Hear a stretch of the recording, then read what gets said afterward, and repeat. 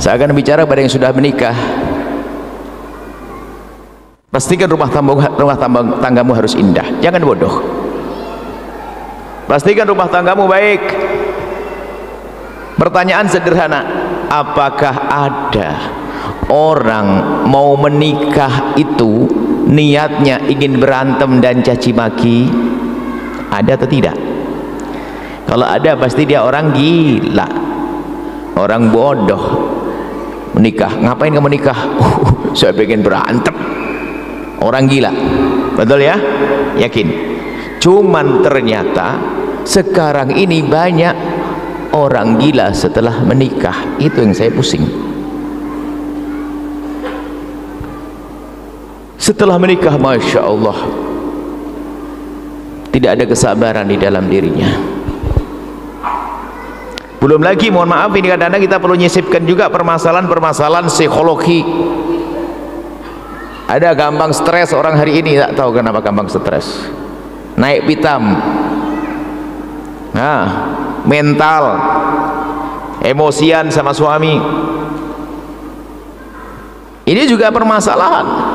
Masalah psikologi itu penting juga, harus diperhatikan. Padahal ditanya hal sepele marah. Kenapa harus marah? Pergi ke psikolog. Terus kita tidak akan bicara dengan orang sakit mental. Kalau ternyata ada di antara kita yang sakit mental, setelah itu menyesal dia, berarti dia sakit mental. Dia ngomong caci maki. Nah, makanya kalau kita berhadapan dengan orang yang sakit mental, kata orang Jawa, sing waras ngalah. Anda yang sehat, fahami suamimu yang begitu, suka marah, narahnya nggak teraturan, berarti sudah mental. Suamimu kalau sudah marah yang nggak beraturan, berarti dia sudah mental. Dia bawa ke psikolog itu. Artinya harus dibenahi sisi mentalnya. Cuman yang merepotkan ternyata jawaban psikolognya apa? Iya ibu, suami anda memang sakit mental, tapi gara-gara engkau. Ini yang repot. Anda merepotkan ya. Sebab ada orang begitu, betul dia kena mental karena pasangannya memang tidak pernah bisa. Nah ini kan repot. Ayo sekarang berbenah. Rumah tangga harus indah, kita mulai. Siapapun anda, jangan menyerah. Neraka loh di belakang sana. Dan indah itu mudah. Kita harus bisa saling memaafkan. Belajar, jangan gengsi. Pastikan hari ini anda tawadhu. Anda berani mulai meminta maaf. Anda harus buka diri anda. Permasalahan banyak luar rumah tangga, luar biasa, luar biasa. Di dalam rumah tangga yang namanya problem itu pasti ada selagi anda masih hidup di dunia. Rumah tangga Nabi juga ada, cuman Nabi itu dalam rumah tangganya ada permasalahan untuk jadi contoh bagi kita bagaimana cara menyelesaikannya. Dengan Siti Aisyah punya permasalahan.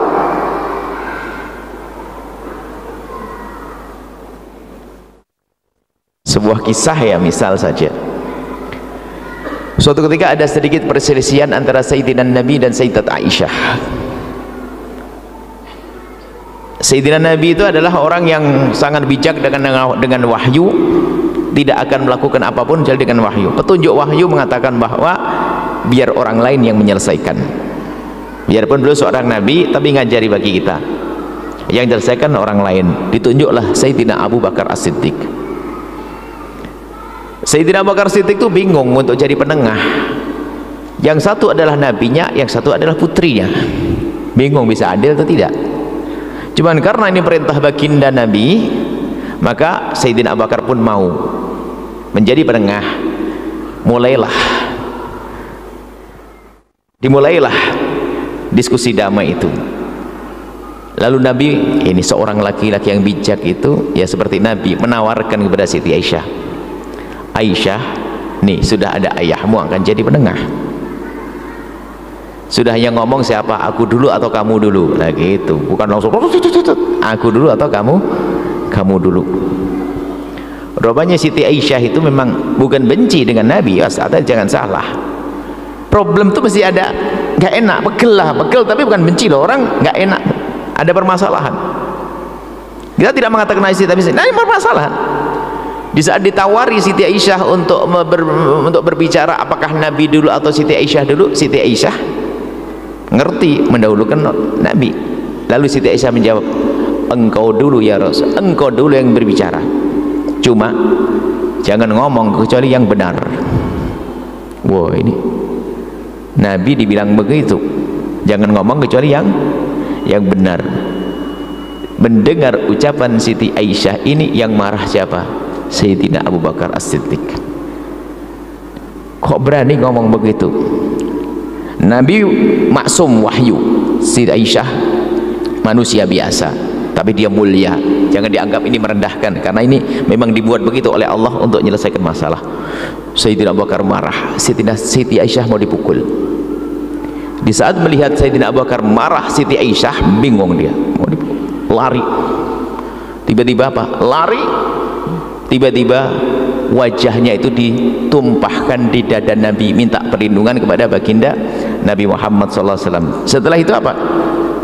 Sadar, wong dia lagi punya masalah dengan Nabi, kok tiba-tiba dia wajahnya kok di dadanya Nabi. Setelah itu ngelihat Nabi, malu beliau. Setelah itu senyum, selesai. Yang perlu diambil pelajaran di sini, wanita hebat kalaupun punya masalah dengan suaminya, tetap menganggap suaminya adalah sebagai pelindung dan imam. Jangan gampang cerita ke tetangga sampai ujung sana. Kadang-kadang di status gambarnya muka cemberut, pagi-pagi sudah begini. Ini perempuan-perempuan murah, rendah. Kejadian di kamar, di kantor tahu semua. Inilah Siti Aisyah. Biarpun ternyata dia punya masalah dengan suaminya, ternyata tetap merasa bahasanya yang bisa melindungi adalah juga suamiku. Tidak ada dendam, tidak ada ini. Ya begitu sebagai seorang istri itu, biarpun mungkin ada perselisihan, memang kita manusia, suami manusia, engkau manusia, tentu ada percecokan, tapi harus tahu adab, ada batasan-batasannya. Seperti anak dengan bapak, ada batasan-batasannya. Nah, problem ini selalu ada dalam rumah tangga, dan harus Anda sadari, karena Anda menikah dengan manusia 100%, dia bukan malaikat. Manusia yang tentu ada kesalahannya. Kalau Anda ingin menikah dengan seorang wanita yang tidak pernah punya kesalahan, sampai mati Anda akan jadi jomblo. Kalau Anda seorang wanita ingin menikah dengan laki-laki yang tidak pernah bersalah, sampai mati Anda tidak akan menikah.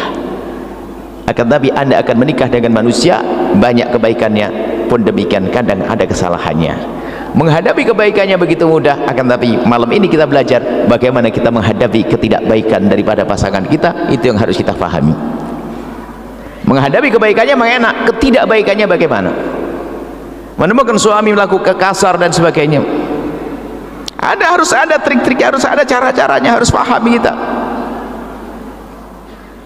Maka ada beberapa hal yang harus perhatikan ini untuk rumah tangga indah. Yang pertama, pastikan Anda tidak akan menyebut kekurangan pasangan Anda sampai Anda mati. Pegang ini, jangan sekali-kali Anda menyebut kekurangan pasangan Anda sampai Anda mati. Awas, hati-hati. Anda pegangi ini, dan Nabi mengajarkannya. Nggak boleh menyebut pasangan orang lain kekurangan-kekurangan, menyebut kekurangan, karena menyebut kekurangan itu menyakitkan, dan setelah dia sakit dia akan membalas menyebut kekurangan pasangannya, karena semua dari kita punya kekurangan. Ini kadang orang ini Masya Allah ngomong tuh seenaknya, celekat-celekit. Allah, seorang perempuan cerita, suami saya Buya kalau ngomong tuh seenaknya, komentar tentang badan saya itu sudah wong sebelum menikah sudah tahu hidung saya begini, masih ngomong kenapa hidungmu begitu, kan kurang ajar banget. Akhirnya istri yang ngomong, mulutmu kenapa begitu bang, ayo balas, apa. Kalaupun kita melihat kekurangan pasangan, jangan disebut sampai kapanpun, tutupi dengan kelebihan yang bisa Anda lihat. Menyebut kekurangan ini adalah luar biasa, merendahkan, menyakitkan, menjadikan tidak indah hidup. Sementara pasangan kita manusia, tentu ada kekurangannya, tapi kalau kita pandai menyembunyikannya, nggak perlu disebut. Cuman kadang seorang suami atau istri kadang Masya Allah kalau ngomong seenaknya, ya kenapa sih rambutmu kok keriting, keriting. Ini kan orang usil, kenapa? Oh, tetangganya rambutnya lurus juga pengen keriting, aneh kan?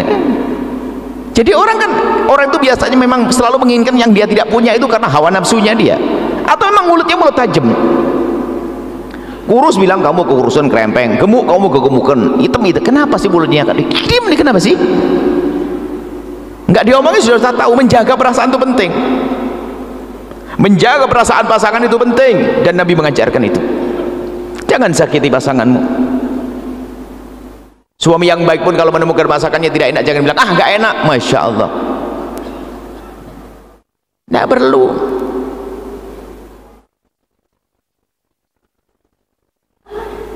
Dan jangan menjadikan gojlokan itu sebuah kebiasaan. Hati-hati. Ya, ilmu kebal penting juga. Barangkali kita digojlok, diejek, kita tetap kebal, tapi nggak boleh jadi kebiasaan di rumah kita. Kebiasaan gojlokan, olok-olokan dan sebagainya. Itu laki-laki yang mengatakan istrinya begini begitu, ternyata Masya Allah kalau dijejer itu masih plus, sangat baik istrinya tuh. Memang dasar laki-laki nggak benar dia, saya tahu itu. Kenapa kok seperti itu tuh? Jelek banget dia, hatinya yang jelek, bukan sekedar badan, mulutnya, mukanya yang jelek, tapi ternyata akhlaknya lebih jelek dari itu semuanya. Mencaci, mengolok. Jadi pastikan ya, jangan menyebut kekurangan pasanganmu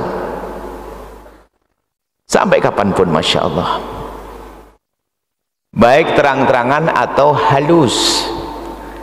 Anda harus paham loh ya, kalau Anda beli bedak pemutih kulit itu langsung istrimu ngomong, ya memang saya hitam, bisa saja ngomong gitu loh, karena tersinggung perasaannya. Jadi memang harus halus urusan dengan orang lain itu. Artinya bagaimana kita menjaga, oh yang menjaga saja kadang kita kebablasan, bagaimana kalau hidup kita tidak pernah menjaga. Tolong jaga lisanmu, jaga mulutmu, jangan menyebut kekurangan pasanganmu.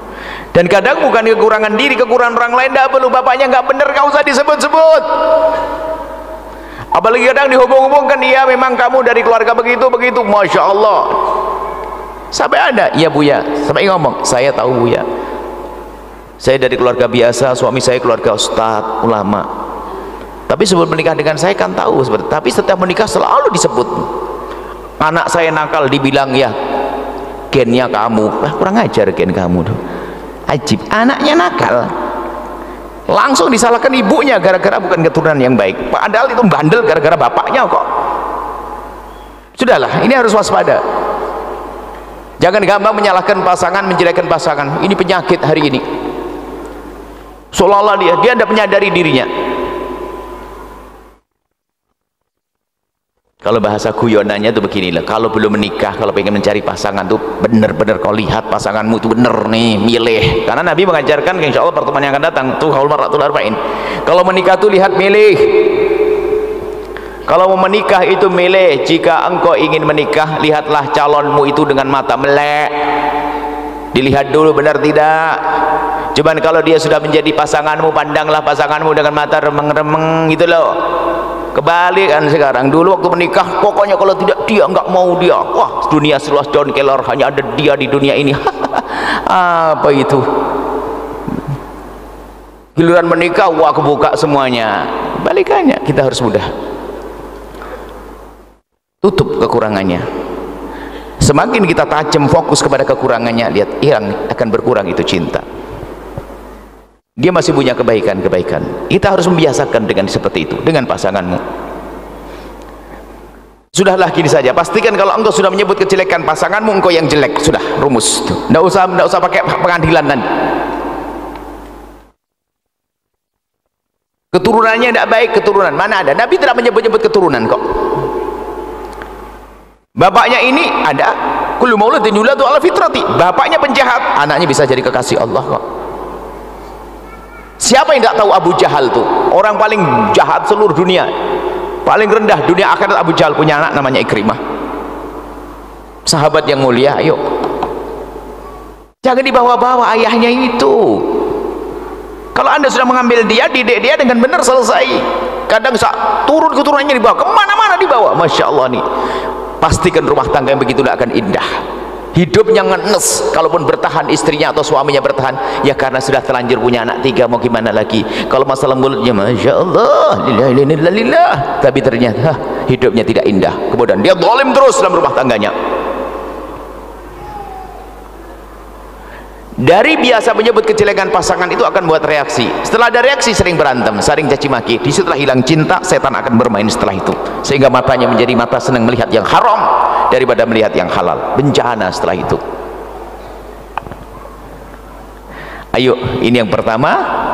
Pastikan Anda tidak akan melihat, menyebut kekurangan pasangan Anda. Sebuah kisah ini. Sebuah kisah itu hanya sekedar, artinya sebagai gambaran tentang nilai ya. Jadi gini ceritanya, komitmen suami istri itu ingin berbenah. Lalu bagaimana? Bersepakat suami istri, suaminya ngomong ke istrinya, istri ngomong suaminya, yuk sekarang agar kita bisa menghindar dari hal-hal yang tidak baik, 2 kertas selembar untuk suami, sebelah untuk istri. Semua pergi ke kamar satunya, kamar Siti. Untuk apa? Sekarang yang istriku tercinta, tolong tulis kekuranganku. Nanti kita tuker. Saya akan juga nulis kekuranganmu. Nanti kita tuker biar kita saling berbenah. Saling berbenah. Sang istri masuk kamar, suami masuk kamar. Sang istri nulis dengan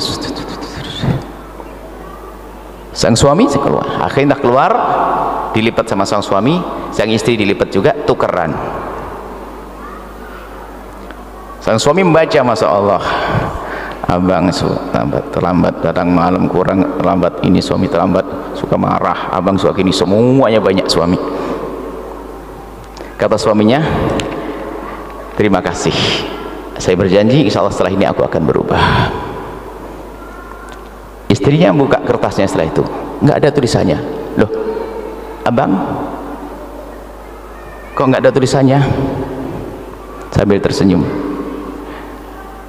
aku hanya bisa melihat bahwasanya kau adalah istriku yang baik, istriku yang cantik, istriku yang solehah. Aku tidak bisa menemukan kekuranganmu. Ayo, habislah. Siapa yang menang coba? Yang menang suaminya. Jadi memang ini sebuah contoh saja. Karena menyebut kekurangan tuh nggak enak. Suami insaf di sini. Wah, istrinya terlanjur semangat, tulis semuanya tuh. Saat terlambat ngasih duit itu udah tulis. Ini sekedar gambaran saja. Ternyata yang bisa menutup menurut Anda adalah bagus, ya kan? Berarti perempuan ini apa? Laki-laki ini adalah baik karena apa? Dia tidak ingin menyebut kekurangan pasangannya. Itu maksudnya. Apalagi mohon maaf kalau sudah semakin hebat, semakin kayak ustadz, sehingga ada pertanyaan, Buya, kapan, apa syaratnya perempuan bisa menjadi wanita karir? Syaratnya mah gampang, dapat izin suami, izin yang sesungguhnya ya, bukan izin ngancem. Izin sesungguhnya itu, abang gimana kalau saya kerja menurut abang? Bahasa begitu, bahasanya lembut begitu. Ada minta izin tapi serem, abang ini nggak bisa nyukupi semuanya, bang gini nggak bisa, setiap hari kurang terus bang, saya mau kerja bang ya. Ya bahasa iya, ngomongnya nggak enak dulu. Jadi izinnya yang benar, bukan izin ngancam. Izin yang indah, abang gimana kalau saya harus mencari. Pertama adalah izin suami, yang kedua adalah tidak mengganggu kewajiban pribadinya kepada anak dan sebagainya. Yang ketiga, tempatnya terhormat. Yang keempat, pekerjaannya memang halal. Yang kelima, sederhana, tidak boleh menjadikan dia semakin sombong. Sengaja saya sebutkan yang terakhir ini karena ini yang paling penting. Sebab wanita biasanya kalau sudah mulai ekonomi lebih dari suami, sudah mulai bertolak pinggang. Ya sudah, tinggalin saya, cerai. Makanya gampang cerai. Kalau perempuan mudah sukses itu gampang cerai. Hati-hati, Anda insya Allah indah semua rumah tangga Anda. Saya tidak cerita kepada Anda. Lihat wanita yang paling banyak duitnya, gampang minta cerai. Kalau sudah cerai susah menikah. Karena apa? Otaknya dikuasai dengan ambisi tadi. Lihat, karena sudah merasa dia lebih, sehingga mentang-mentang kalau di saat dia menjadi makmum, ada permasalahan dengan suami, dia diem, masa enak, beres. Karena punya duit, iya nggak apa-apa, tinggalin nggak apa-apa, saya bisa kok. Waduh, ditinggal betul, janda dia. Dan yang banyak semacam, maka saya ingatkan wanita karir, bukan tidak boleh, akan tapi tolong kalau semakin sukses, semakin tawadhu pada suami. Di sisi lain kalau suami ternyata lemah, tahu diri. Kadang suami itu adalah tahu cari rezeki susah, cari rezeki susah, sehingga yang mengcover adalah istrinya. Nggak ada kata maaf, nggak ada kata terima kasih, cuman kadang-kadang Masya Allah bisanya yang ngabisin duit, ngambur-amburin. Ini ada model-model laki-laki begitu tuh, nggak tahu itu laki-laki atau sapi begitu tuh. Ada, saya enggak minta maaf, penting tuh kalau memang dia suka gagal. Tapi yang enggak boleh, malah suatu ketika seorang suami istri berkata, "Buya, suami saya itu hebat." Hebat gimana? Saya bangga. Enggak mau kerja, enggak ini. Setiap saya mau gajian sudah ditunggu. Mana duitnya? Waduh. Ini kurang ajar. Dalam hati saya, kamu menemukan suamimu di tong sampah bagian mana itu? Kok ada laki-laki begitu itu? Memang orang-orang begitu harus direndahkan kok. Minta maaf aja kok susah. Mungkin sekali memang model bangkrutan itu ada, tapi kata maaf kan gampang. Menghargai suami istri kan gampang. Kadang-kadang waduh nggak karu-karuan tuh. Suaminya, istrinya sampai ngerawat anak semuanya, mengcover ekonomi semuanya. Suaminya untuk menutupi semuanya apa? Jadi pengawal ustadz. Wah, ini kacau lagi nih. Atau pengiring ustadz, ngaji sama ustadz. Hati-hati, cari nafkah. Ngaji tapi nggak cari nafkah ini. Tapi istri yang hebat adalah, ini semua jadi problem kalau melihat suaminya ternyata kok ekonominya kurang. Jangan jadi sombong. Pernah loh ya, ada hal-hal ini kita menjadi memicu permasalahan loh ya. Ada pada zaman Nabi seorang perempuan ngadu ke Rasulullah, "Ya Rasulullah, suami saya itu modelnya bangkrutan, nggak bisa kerja." Kisah wanita karir loh maksudnya. Nggak bisa kerja, nggak bisa ini. Kata Nabi, "Terus kamu makannya selama ini gimana?" "Urusan makan alhamdulillah masih ada warisan dari orang tua, jadi ada kebun kurma dan sebagainya. Cuman masa hidup terus begini ya Rasulullah, maksudnya begini, kok masa nombokin terus saya sebagai istri?" Kan gitu dia. Kata Nabi, keadilan Islam berkata, kalau memang suamimu memang sudah tidak bisa memberi nafkah, apapun alasannya, selagi tidak bisa memberi nafkah, maka di dalam Islam kurang lebihnya makna begitu, kamu boleh minta cerai. Jadi kalau suami tidak bisa memberi nafkah, kamu boleh minta cerai. Cuman perempuan ini kan bukan perempuan matre. Dia mikir, oh kok pilihannya nggak enak banget, masukku minta dinasehati atau bagaimana, kok pilihannya cerai. Ya Rasulullah, apakah ada pilihan lain? Ada.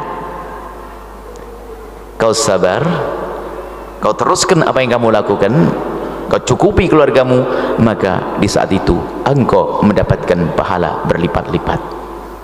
Mendengar kabar gembira tentang pahala, kata wanita, apa? Ya Rasulullah, biar aku saya mencukupi suamiku dan anak-anakku, yang penting aku mendapatkan pahala berlipat-lipat. Nah, itu perempuan cerdas. Nggak usah marah-marah kalau ternyata suamimu adalah, kalau ternyata sampai dalam dikisahkan, sampai beberapa wanita di generasi selanjutnya setelah baca hadis ini, perempuan-perempuan itu pada ngomong begini, ya Allah, semoga suamiku melarat biar saya saja yang kaya ya Allah, tapi saya akan sabar, nggak akan marah-marah. Maksudnya apa? Nggak penting dari mana rezeki, dari istri tetap indah, jangan gara-gara dari istri mulai berubah. Dan memang kadang-kadang keunikan, ada seorang wanita sukses, dia ngomong, saya enak Buya dengan suami saya, enak. Saya nggak kuat dengan suami saya. Kenapa? Dia sukses, dia adalah seorang profesional handal, sukses, dia sukses, semuanya sukses, dia perempuan. Kenapa? Suamimu tidak sholat Buya. Terus dia nggak pernah kerja, nggak pernah kerja. Suka ngambil duit dari kamu? Enggak. Terus ya nggak enak aja Buya, saya kerja, saya ini, dia nganggur, dia ini dan sebagainya. Nggak ngambil, nggak ngerong-ngerong duitmu? Enggak. Ceritanya adalah sudah punya anak, kemudian sama-sama janda, duda, menikah gitu loh. Ternyata suaminya begitu. Akhirnya kami ingatkan, dia tidak mengganggumu, kenapa kamu pusing? Coba kamu pikir apa yang Allah. Dia memenuhi kebutuhan pribadimu? Iya Buya. Apakah nggak cukup semacam itu?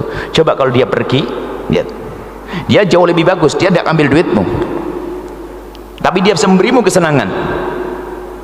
Berpikirlah. Tapi iya, coba kamu berpikir, kalau dia pergi belum tentu kamu dapat lagi begitu. Bisa saja sudah nggak kerja ngambil duit, bisa saja kan. Dia sholatnya bagus, memang dia nggak bisa kerja, ternyata harus diajak berpikir, satu mikir merenung dan sebagainya. Iya bu ya, setelah itu saya baru sadar, benar juga sih, yang penting dialah, dia bisa menemani saya, ngelayani saya, urusan saya. Jadi sebagian wanita itu padahal gitu, padahal rizki sudah dicukupi oleh Allah melalui pekerjaannya, dia cuman karena emosi yang lihat suaminya lemah itu langsung suami pengangguran, ongkang-ongkang, saya ngelihat begini tidak seneng, udah nggak perlu seperti itu. Jadi pandang pasanganmu adalah dengan keindahan. Cuman ya itulah kami sampaikan, kalau suami anda itu punya kekurangan, minta maaf, tahu diri ya. Ya ibaratnya lah, kalau suami istri kerjanya terhormat tentu. Kalau suami belum bisa, ya nggak ada salahnya kalau ganti nyapu, bersihin rumah. Jangan sampai istri pulang rumah kotor, nggak usah ini yang cukup isi. Nggak, wajar, biasa. Nyapu di rumah nggak ada masalah ya para suami. Baginda Nabi lebih mulia dari kita semuanya. Tingkatannya tidak bisa dihitung. Tapi Nabi yaqumu anzilahu, Nabi tidak gengsi untuk menyapu di rumahnya sendiri. Tapi hai para istri, jangan kau suruh nyapu setelah ini gara-gara dengar buya. Ini adalah kesadaran seorang suami yang baik.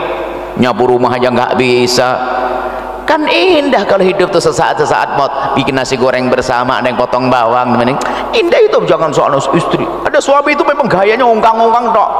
Ma, nasi goreng cepet, cobalah bantu motong bawangnya biar enak deh. Hidup tuh yang indah itu loh, jangan kaku-kaku amat ini. Baik, ini pertama Pak, jangan menyebut kekurangan. Ekonomi kekurangan, makanya kadang seorang perempuan menjadi sombong karena itu tadi, karena berlebihan. Kita amati dia, kalau sudah banyak duit dia jadi cerai, dia bisa bayar ke mahkamah, cerai. Setelah cerai bingung dia, setelah itu otaknya juga tumpul, mau menikah saja kan dia kaya, saya harus dapat laki-laki lebih kaya dari saya. Ya, yang lebih kaya dari kamu menginginkan orang lebih muda dari kamu dan lebih ini macam-macam kan, gagal lagi dia, akhirnya masuk zina, masuk haram dan sebagainya.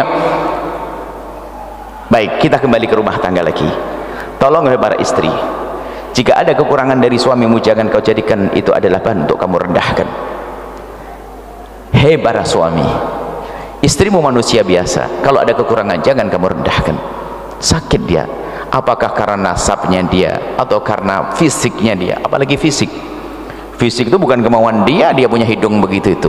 Bukan kemauan dia punya bibir begitu itu. Bukan kemauan dia rambutnya begitu. Nah, Anda berarti mengejek Allah. Ya, tolong jangan sebut kekurangannya. Jangan, hindari. Kalau Anda bisa menjaga ini satu saja poin yang penting banget. Kemudian poin yang lain lagi, nanti kita lanjutkan pertemuan yang akan datang untuk meraih keindahan. Sengaja kami hadirkan rumah tangga ini, Masya Allah. Problem-problem kalau kita amati ternyata bukan problem, banyak bukan masalah. Rumah tangga yang ada bukan masalah, hanya nyikapinya saja dia salah. Kalau urusan suami nggak punya uang kan bukan masalah, yang penting istri punya duit, rumah tangga ada. Sebenarnya kan tidak jadi masalah, cuman emosi. Baik, jadi jangan sebut kekurangan pasanganmu sampai kapanpun, termasuk apalagi menceritakan ke orang lain. Ada ibu itu kalau sudah di kantor itu sudah pasti tahu ndak, pagi-pagi ngomongin suaminya, gunjing suaminya, Masya Allah, sampai di WhatsApp itu, sampai temennya di kantor sudah ngomong, kira-kira berita apa lagi nih, pasti lagi. Memang ada perempuan model begitu, ada laki-laki juga begitu. Cerita kepada saya, katanya tidak akan cerita sama saya, rupanya duduk sama security sudah ngomong, nggak boleh ceritakan kekurangan pasangan pada orang lain. Berarti kan sebelum menceritakan dia ngelihat, setelah ngelihat dia nyebut. Mana ada keindahan dalam rumah tangga, tidak akan indah. Lihat kemudian setelah itu apa, karena kita biasa melihat kelebihannya, lalu kita menutup kekurangannya, semakin hari kan semakin indah hidup kita. Akan ada, Allah akan berikan kepuasan di hati, pasangan indah, saling menerima, akan tumbuh cinta setelah itu. Tapi kalau sudah caci maki, ketahuilah caci maki itu memangkas cinta yang ada di dalam hati kita sendiri. Kemudian selanjutnya, yang kedua adalah lakukan kewajibanmu, jangan banyak menuntut. Lakukan kewajibanmu, jangan banyak menuntut. Kebiasaan menuntut adalah jelek. Rumusnya Sayyidah Khadijah Al-Kubra, Siti Khadijah pernah ditanya, waktu itu Nabi belum jadi Nabi, tapi akhlak Nabi kan begini, hai Khadijah, alangkah senangnya engkau menikah dengan Nabi Muhammad, alangkah senangnya engkau menikah dengan Muhammad. Rupanya jawaban Siti Khadijah jawaban dari hati yang tulus, dari kesadaran penuh sebagai seorang wanita mulia. Dia menjawab dengan jawaban sederhana, demi Allah, semenjak aku menikah dengan Muhammad, aku tidak pernah berpikir bagaimana aku bersenang-senang dengan Muhammad, tapi yang aku pikirkan adalah bagaimana Muhammad senang dengan aku. Oh, orang cerdas. Spare. Ayo, semenjak aku menikah dengan Muhammad, aku tidak pernah berpikir bagaimana aku bersenang-senang dengan Muhammad, tapi aku pikir bagaimana Muhammad senang dengan aku. Kalau ini prinsip dipakai, semua rumah tangga akan indah. Istri, suami pun mengatakan, berpikir bagaimana yang akan suami, istri.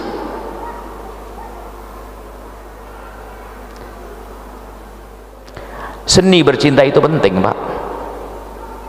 Seni bercinta itu penting. Apa yang menjadikan istri senang? Harus ada, setiap hari ada irama-irama yang berbeda. Kayaknya sering nonton film-film mesra dan sebagainya, nggak bisa mesra ya. Paling guru kemesraan sebenarnya ada baginda Nabi. Nyuapin istrinya aja itu waktu jadi pengantin, itu pun yang nyuruh tukang potret. Setelah itu nggak ada. Masya Allah, kita perlu membangun keindahan di rumah itu. Lakukan kewajibanmu. Jadi kita harus seni bagaimana menyenangkan pasangan istri. Sampai urusan sederhana, misalnya Nabi itu kalau suami pulang ke rumah jangan bikin kejutan, tapi kasih tahu. Nah, makna kasih tahu itu apa sih? Kenapa? Takut suami pulang ke rumah menemukan istrinya dalam keadaan belum siap, lalu menjadikan suami itu tidak mungkin ada aroma, kurang bersih dan sebagainya. Beritahu, tapi istri harus paham dong, istrinya bebel kan kacau, yang abang tak lagi pulang, maksudnya beri syarat agar bersih-bersih dan sebagainya. Tapi di sisi lain, suami itu kalau pulang tahu diri. Saya ini selalu anjurkan, tolong beli minyak wangi harga Rp5.000 saja, sebelum pulang mampir pom bensin, ganti baju, kata apa, sikat gigi, kalau ngomong itu paling enggak berkurang lah aroma yang walang sangitnya itu kan. Perlu juga begitu, jangan dianggap sepele, khususnya wanita. Kalau suami datang, bersihkan wilayah-wilayah, mohon maaf, lipatan-lipatan yang kadang menginapnya, keringat itu adalah, kita manusia normal, kecuali anda itu patung, nggak akan keluar keringat, nggak akan berubah, atau robot. Anda manusia, laki-laki juga demikian, menjaga.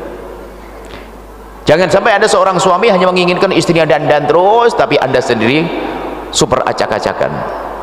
Mungkin anda mengatakan, nah memang saya model gini, mau gimana lagi ya. Lalu sudah begitu, masa kamu biarkan tambah ada karu-karuan lah, tambah dikit lah, sisiran, minyak wangi dan sebagainya. Ini Nabi mengajarkan begitu. Nabi itu harum loh ya, Nabi itu sudah wangi tapi pakai minyak wangi. Sampai dikatakan bagaimana Nabi kalau masuk kamar istrinya. Siti Aisyah ditanya, apa yang dilakukan Nabi kalau masuk kamarnya? Siti Aisyah mengatakan apa? Pakai siwak, membersihkan mulutnya, padahal mulut Nabi bersih, wangi. Kenapa? Meyakinkan kepada pasangannya kalau dia telah membersihkannya, padahal sudah bersih. Kenapa? Sebab kalau sudah masuk kamar suami istri adalah beda, mungkin berpelukan dan sebagainya, sehingga beliaunya sendiri sudah mempersiapkan untuk bertemu dengan pasangannya. Ini penting wahai para istri. Ada istri itu masya Allah cuek, dan ini mohon maaf saya sampaikan, ini pengaduan dari bapak-bapak, bukan bapak di sini, di sana. Aduh Bu ya, masya Allah, istri saya itu hanya dibersihkan sini tok, selebihnya masya Allah kalau sudah dibuka, oh innalillah. Bukan anda, saya ngomong di sebuah kisah, nggak peduli kadang-kadang istri perlu bersih, bersihkan diri Anda yang rapi, jangan sampai ada aroma-aromanya. Karena nggak peduli kalau hadir pengantin, masya Allah baju barunya dipakai, giliran suami adalah daster robek tahun 2005. Mana itu? Apalagi kadang-kadang sudah punya anak itu sudah tambah jangan gitulah ibu yang solehah, sebab upayamu untuk berdandan bagi seorang suami ada nilainya. Sebab kadang-kadang kalau sudah terlanjur punya anak, mau gimana lagi, udah begini ya, tidak begitu. Tetap dianjurkan untuk tetap. Di samping tadi nggak boleh kita menyebut kekurangannya, tapi diri kita sendiri harus berusaha untuk menjaga, termasuk aroma dan sebagainya, kebersihan. Ada betul sih rambutnya masya Allah, mungkin sarangnya kelabang gitu. Laki-laki juga demikian. Nah ini maksudnya apa? Bagaimana pasanganmu senang? Jangan hanya kamu senang saja. Termasuk dalam urusan yang sangat pribadi, mohon maafin majelis mulia, urusan sangat pribadi, hubungan suami istri. Kadang orang egois, karena suaminya memang tidak pernah bersih, sehingga sang istri melayani suami hanya tahu kewajiban saja, bukan ingin bermesraan. Ini pengaduan juga bagi banyak wanita, sehingga seorang wanita itu melayani suaminya hanya karena kewajiban, takut dosa dikutuk malaikat. Hanya begitu saja sudah, karena suaminya nggak pernah tahu diri, mencoba sedikit bersih atau apa, pakai muqaddimah, rayuan dan sebagainya. Hanya kalau ketemu suami istri langsung saja tutup poin, nyeksa istri. Nabi marah, Nabi tidak senang dengan laki-laki yang mendatangi istrinya seperti binatang mendatangi betinanya, tidak pakai muqaddimah.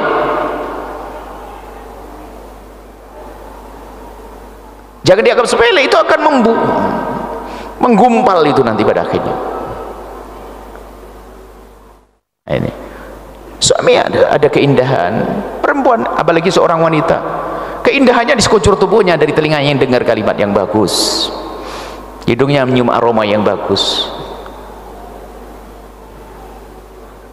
Jadi ini perlu, seorang laki-laki juga perlu semangat untuk menyenangkan pasangan, istri juga demikian.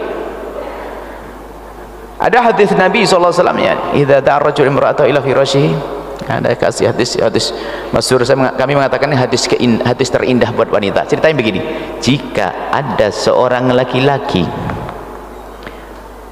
mengajak istrinya ke atas ranjang ila firashihi, fa'abat, kemudian perempuan itu nggak mau, ogah-ogahan, fabata ghadbanan, kemudian laki-laki itu nginep semalam marah karena istrinya diajak hubungan nggak mau, marah sang suami, la'anat hal malaikatu hatta tusbih, malaikat akan mengutuk dia sampai pagi.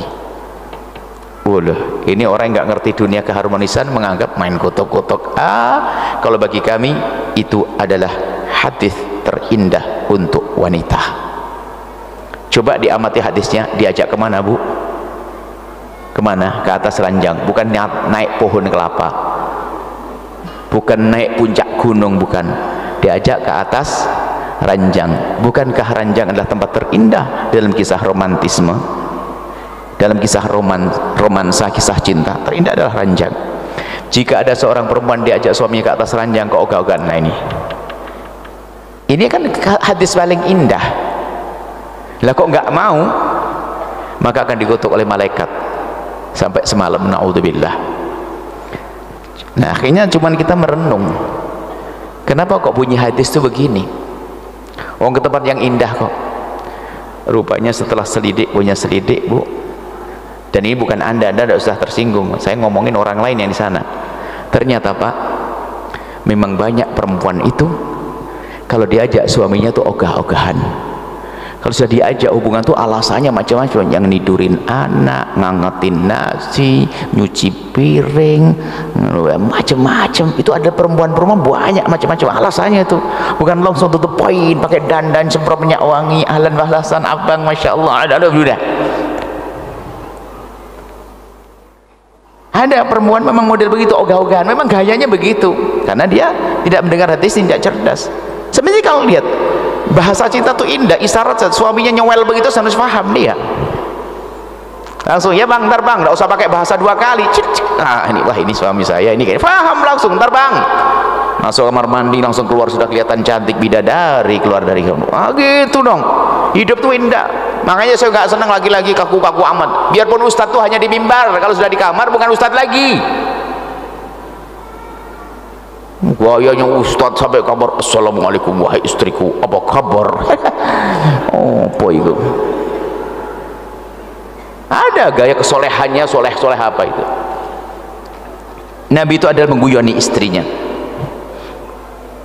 mengajak guyonan dengan istrinya, menyenangkan istrinya. Ini istri juga demikian. Coba kalau semuanya punya semangat menyenangkan pasangan kan indah. Termasuk mohon maaf ini majelis mulia, wahai hamba Allah, ini majelis mulia, hubungan pribadi, hubungan suami istri, hubungan suami istri. Jangan egois. Ini majelis mulia kami sampaikan, mungkin tidak setiap orang menyampaikan, tapi kadang ini perlu perhatikan. Kadang seorang suami yang baik, yang soleh, wahai ibu, karena di luar melihat sesuatu yang tidak boleh dilihat, cuman karena manusia hidup di tempat astagfirullahaladzim, haram itu, ngelihat aurat misalnya, mungkin ada perempuan pakai rok pendek dan sebagainya, dia bilang Allah astagfirullahaladzim, cuman dia kuat imannya, yang kebayang hanya istrinya. Bayangkan syahwat bangkit, dibawa pulang itu syahwat, sampai di rumah istrinya bilang besok aja bang, apa tidak stres dia. Ayo bayangin. Atau ternyata istrinya dalam keadaan haid, maka bisa sampaikan jadi wanita itu yang cerdas, aktif dan inovatif. Laki-laki juga demikian, aktif, cerdas, inovatif dalam hubungan. Ini majelis mulia karena apa? Kegagalan di sini. Tapi sebelumnya kami ingatkan, jangan biasa nonton film kotor, hei hamba Allah, itu merusak rumah tangga. Halusinasi kami sampaikan di bab akhir kayaknya. Ini merusak, karena akan seorang laki-laki yang bisa nonton film kotor yang di otaknya hanya yang ada di film, nggak akan bisa terwujud dengan istrinya, ujung-ujungnya adalah merendahkan istrinya, tidak seperti yang dilihat di film. Begitu sebaliknya, seorang istri yang bisa nonton film kotor, dia berangan-angan ingin mendapatkan seperti yang ada di film, dan suaminya tidak bisa melakukan seperti itu, maka menjadi rendah suaminya. Jangan percaya dengan fatwa ustadz-ustadz ngaco yang mengatakan nonton film kotor itu kalau suami istri boleh. Nggak boleh, merusak hati itu. Kalaupun bangkit syahwat bukan karena pasangannya, karena yang ditonton. Ini kami tegaskan, jangan main-main, jangan mau kalau anda ingin diajak suami aja nonton itu. Enggak, sebetulnya suami anda ingin membangkitkan syahwat bukan dengan anda.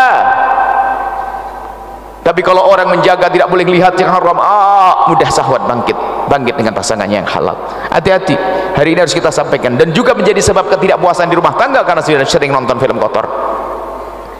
Sementara hari ini begitu mudahnya orang mengakses film-film seperti itu. Apalagi dengar fatwa katanya kalau suami istri nggak apa-apa. Psikolog pun melarang karena itu merusak mental, sehingga kalau orang sudah biasa nonton film kotor terus pikirannya di alam khayal, tidak ada di alam nyata, sehingga setiap melihat perempuan bayangannya aneh-aneh, sampai seorang anak syahwat melihat ibunya sendiri. Ayo.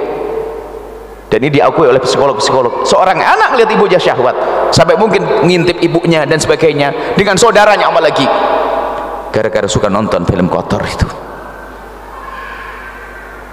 Jangan main-main, jaga mata anda agar semakin indah di rumah anda. Jangan dianggap sepele ini. Kalau sudah rosak mentalnya, tidak menemukan di alam nyata, sehingga dia tidak menemukan kesenangan. Jadi bahaya sekali film-film semacam itu, bahaya. Katakan Al-Quran, wa kullil mu'minina yaghuddu min absarihim, katakan kepada kaum pria agar menjaga matanya. Di saat dia bisa menjaga mata, akan semakin indah pasangannya. Wa kullil mu'minati yaghuddna min absarihinna, katakan pada para wanita untuk menjaga matanya, akan semakin indah pasangannya. Nah, seperti itu, sehingga semakin diobral di mata, maka semakin rendah yang halal. Termasuk, saya lanjutkan sedikit, menyenangkan pasangan, semangat menyenangkan pasangan dengan cara yang halal.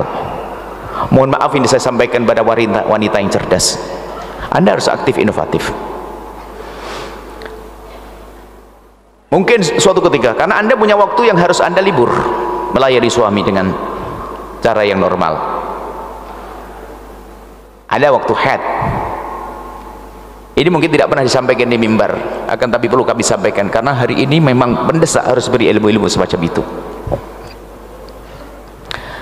Mungkin ini suamimu yang sangat soleh tiba-tiba pengen memuaskan dirinya dengan anda, karena anda adalah halal bagi dia. cuman karena anda tidak terjas hanya gara-gara head. Head itu masya Allah kadang-kadang headnya seorang perempuan libur tahajud sih iya, tapi bangun malam seharusnya nggak boleh libur dong, nemeni pak suaminya lagi tahajudan buatin kopi, zikir di tengah malam, kan sama. Biarpun anda head itu tetap bangun malam dianjurkan untuk memenuhi panggilan Allah. Yang Allah manggil, mana orang minta ampun kepada aku akan ampuni, biarpun dia head. Jangan libur dong, ini kan jarang ngaji itu. Kalau sudah head libur, gak ada tahajud, gak ada, tetap bangun zikir, cuman tidak sholat, memohon kepada Allah. Termasuk urusan suamimu. Lu bagaimana urusan suami? Saya kasih tahu ya hamba Allah, ini majelisnya orang besar, orang dewasa. Ingat wahai istri, seorang suami kadang punya hajat syahwat karena dia orang kuat iman dan sebagainya, pengen pulang ke rumah, istrinya lagi haid, atau mohon maaf kerja pulang Jumat berangkat Ahad, kan begitu biasanya kalau tempatnya jauh. Akhirnya apa, pas pulang istrinya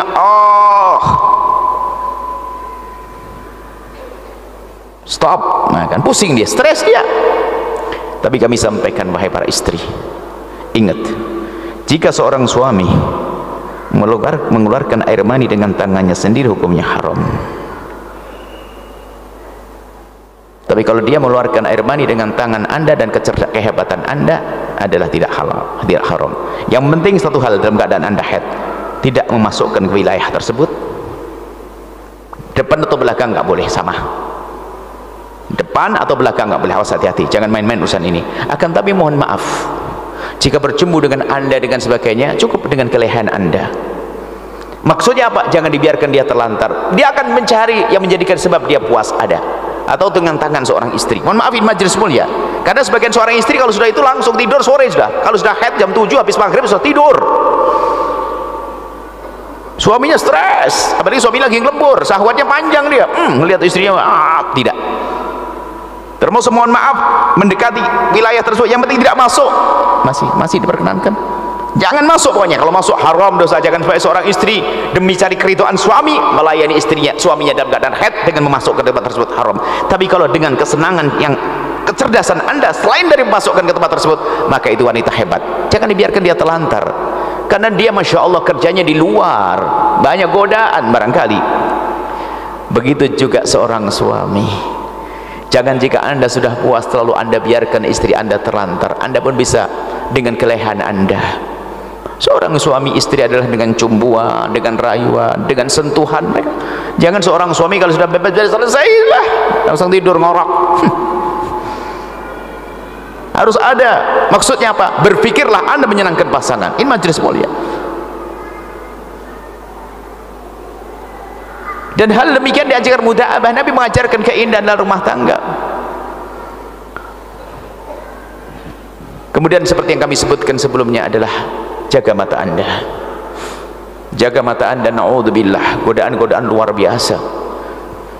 Kalau sudah hilang yang namanya hati, kadang-kadang tergoda. Mohon maaf, sampai ada seorang nenek-nenek umur sudah 62 tahun gara-gara reoni, katanya cinta lama tumbuh kembali. Reoni, kakek nenek meninggalkan suaminya.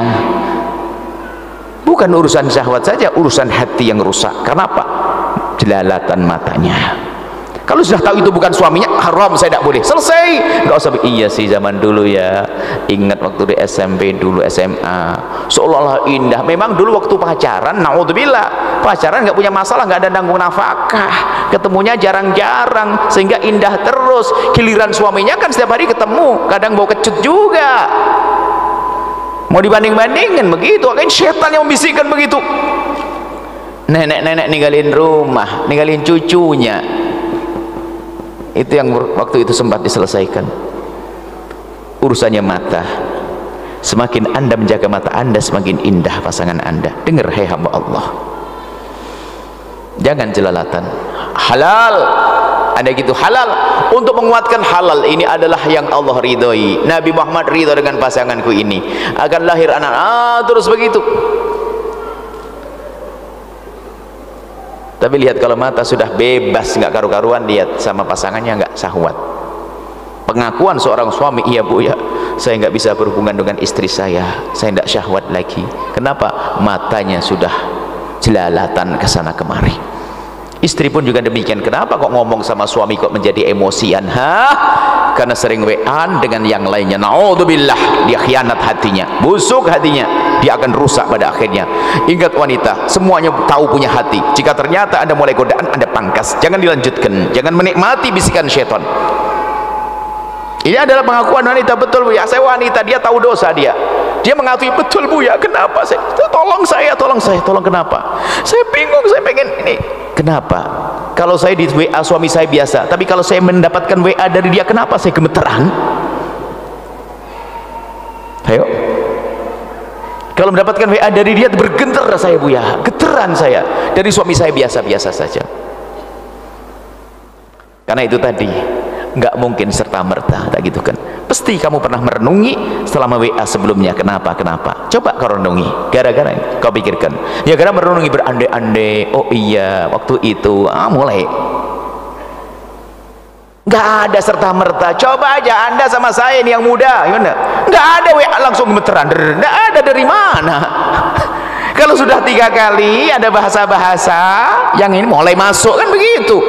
Nggak mungkin serta merta masuk WA begini, lu lihat begini, gemeteran begini. Kok tidak ada? Nggak mungkin serta merta itu. Disitulah awal naudzubillah terjadinya perselingkuhan, awal naudzubillah khianat, dosa besar di hadapan Allah. Hati-hati, jaga hatimu. Rumah tangga harus indah, harus bahagia. Ini di antara yang perlu kami hadirkan. Insya Allah banyak nasihat-nasihat rumah tangga yang perlu kami hadirkan ya. Ini sekelumit, insya Allah semoga bermanfaat. Kami rindu Anda bahagia. Ingat, problem rumah tangga banyak. Saya ceritakan dulu, saya guyon anak, saya membuat konsultasi tiap malam hari Senin pagi. Sehari itu saya buat konsultasi, stres saya. Gara-gara tahu Buya buka konsultasi, yang datang banyak. Problem semuanya. Ada yang nangis belum buka mobil. Sampai ada suatu ketika ngadu tuh, roknya dibuka, menunjukkan kalau apa, dipukul suaminya. Ini Buya paha saya sampai biru dipukul. Ya tapi ya jangan dibuka depan saya. Cuman begitu tidak kuat, begitu menunjukkan problemnya berat sekali. Akhirnya gara-gara saya buka konsultasi begitu, ya tapi nggak sampai dibuka. Maksudnya dia mau dibuka depan saya, mau saya larang. Dia enggak, bukan. Artinya menunjukkan dia tidak kuat lagi, dia menahan emosinya. Akhirnya tak pikir, wah ini kalau begini terus saya buka setiap hari Senin, stres saya. Gara-gara itu uban saya tumbuh Bu, Pak. Gara-gara ngeliat problem orang tuh. Makanya kalau ibu datang ke saya sama suami sambil cubit-cubitan, rambut saya jadi hitam. Saya paling seneng kalau ngeliat bahagia, semangat betul loh. Kalau saya ngeliat orang bahagia tuh, kalau ada tamu itu colak-colek begitu sama istri, waduh ini langsung semangat saya itu. Ini problem terus bikin stres. Masya Allah ya, bikin saya cepat tua ya. Yang indah ya, cubit-cubitan. Ada suatu ketika ibu anaknya banyak, 9. Masya Allah anak 9. Iya Bu ya, ini hamil lagi. Oh luar biasa ibu ini, melahirkannya gampang Bu. Iya sakit Bu ya. Terus ya sebetulnya ingat kelahiran sakit, tapi waktu ngelihat suami saya sudah lah selain dari begitu sudah langsung saya ikut seneng. Padahal cuma denger toh. Bahagia itu penting. Bahagia itu akan memancar keindahan, kelembutan kepada anak istri, anak-anak yang lainnya. Kalau Anda cemburutan sama istri, sama suami, anak akan tumbuh dengan dalam keadaan hatinya sempit. Akhirnya anaknya emosian, nggak bisa menghargai orang tuanya. Insya Allah semuanya bahagia dan indah. Tolong yang terakhir, jaga mata, ini paling penting ya, jaga mata. Insya Allah semuanya bisa mengabdi kepada pasangan. Indah, indah, indah. Wallahu a'lam bishawab.